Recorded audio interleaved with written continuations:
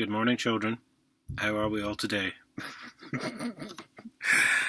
I've just grabbed the Hunt's Post, the local Bolton paid newspaper, when I was at home at the weekend, obviously. And I've seen a couple of interesting articles this morning. So I was deliberating whether to do a video on them or not, but now I've found an absolute peach. Candidates selected to contest police commissioner election. This is because Sir Graham Bright is resigning because of me, because he's covering up 30 years worth of theft from the taxpayers' purse. So our friend Jason Ablewhite is ably stepping up. Now he is, for those of you who've missed the videos mentioning his name, he is currently Huntingdonshire District Council's head councillor. Not council officer, councillor. And he stepped in after Ian Bates, who was the previous head councillor, was sidelined to the guided bus because of me, because he was covering up 30 years worth of theft from the public purse. I informed Jason Ablewhite quite some time ago, and I do still have the email, I believe, about the 30 years worth of theft from the public purse committed by council officers. And the reply I got back, having gone into some detail, I believe, I will have to dig that email out. The reply I got back was duly noted. So we know he's bought and paid for. So, but that's not all.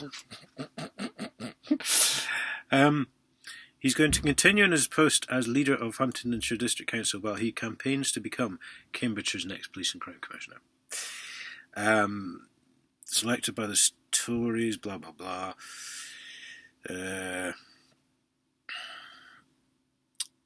Continued to serve as leader.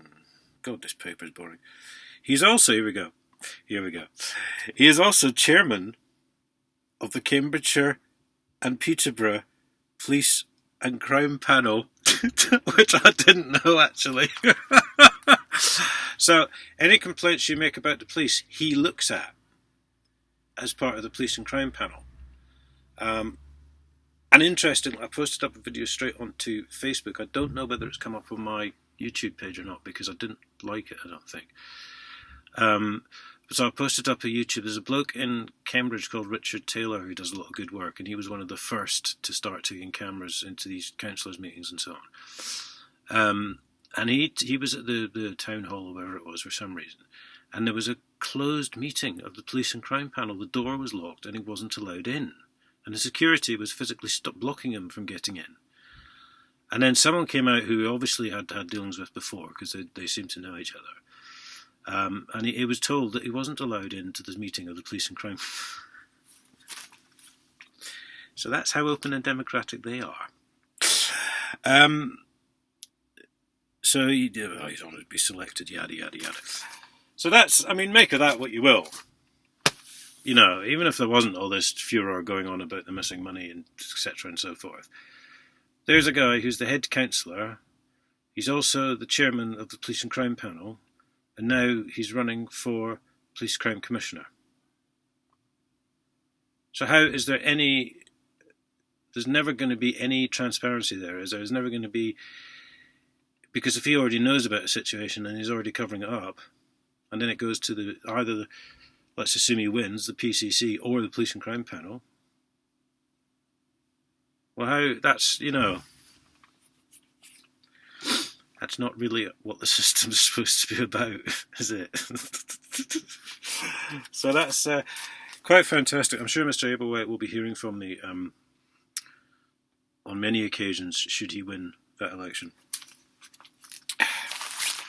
And since he already knows about the theft of 30 years worth of money from the public purse committed by council officers, we're off to a flying start, because really you can get just straight on it then, you see. So, guys, I know there's a lot of you out there, well, several of you make helpful comments and are very supportive, and I know there's a lot of you out there who know exactly what I'm on about. But please, please, please, just try and get people to wake up, because this is the problem. Anyway, it's a miserable Monday morning in Birmingham, so I shall see you later on.